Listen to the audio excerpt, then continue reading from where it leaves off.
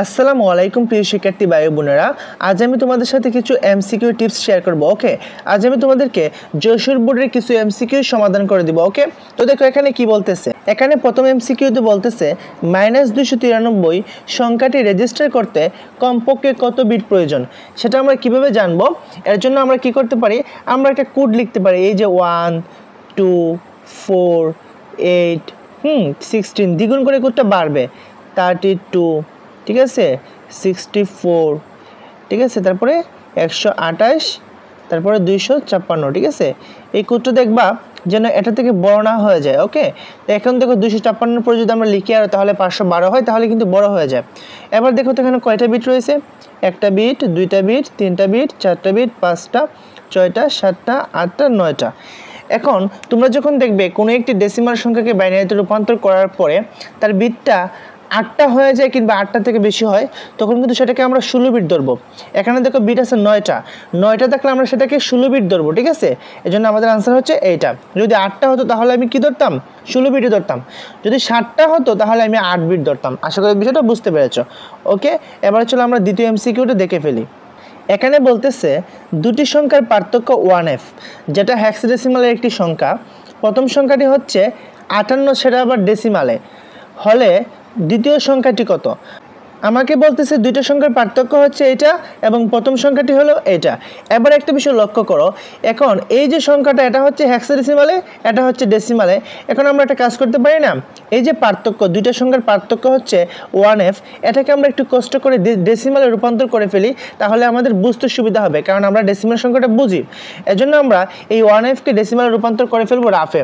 যেহেতু এমসিকিউ তুমি এটা রাফেই করবা, দেখো 1 এর সাথে আমি 16 গুণ করবো এবং f মানে 15, এটার সাথে আমি এবার 16 গুণ করবো, যেহেতু এর বেস হচ্ছে 16। এবার আমি কি করব, এই 16-এর উপরে পাওয়ার হিসেবে একটা 0 দিব, তারপরে দিব কি, তারপরে 16-এর উপরে পাওয়ার হিসেবে 1 দিব, ঠিক আছে। এখন আমি কি করব, ক্যালকুলেশন করে ফেলবো।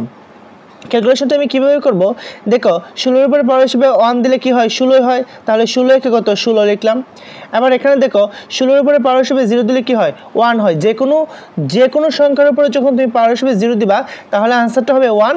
আর 1-এর সাথে যখন তুমি 15 গুণ করবে কত হবে, 15-কে 15, আর 15-এর সাথে 16 যোগ করলে 31 হয়। তার মানে আমাদের 1f সেটার ডেসিমাল সংখ্যা হচ্ছে 31। আশা করি বিষয়টা বুঝতে পেরেছো। তার মানে সংখ্যা দুটির পার্থক্য হচ্ছে 31, প্রথম সংখ্যাটা হচ্ছে 58। ওকে, এবার কিন্তু আমরা এই সমীকরণটা লিখতে পারি। দেখো আমি ধরে নিলাম আমার প্রথম সংখ্যাটা হচ্ছে এইটা, এবং প্রথম সংখ্যা থেকে দ্বিতীয় সংখ্যাটা বিয়োগ করলে আমার 31 হয়, তাই তো, এটাই তো পার্থক্য। পার্থক্যটা কি হয়, 31 হয়। এবার দ্বিতীয় সংখ্যাটা আমি কীভাবে বের করব, এখন 58 থেকে কত বিয়োগ করলে, এই যে এটা আমার দ্বিতীয় সংখ্যা আমি ধরে নিলাম, তো এটা এই প্রথম সংখ্যা থেকে দ্বিতীয় সংখ্যাটা বিয়োগ করলে 31 হয়। এবার চিন্তা করো 58 থেকে কত বিয়োগ করলে 31 হয়, সেটা যদি আমি বের করতে পারি তাহলে কিন্তু এই সংখ্যাটা আমি বের করতে পারবো, আর এটাই হবে আমার দ্বিতীয় সংখ্যা। ওকে, তো 58 থেকে কত বিয়োগ করলে 31 হয়, সেটা বের করার জন্য আমি 58 থেকে 31টাকে বিয়োগ করে ফেলতে পারি, ঠিক আছে। 58 থেকে আমি 31কে বিয়োগ করতে পারি।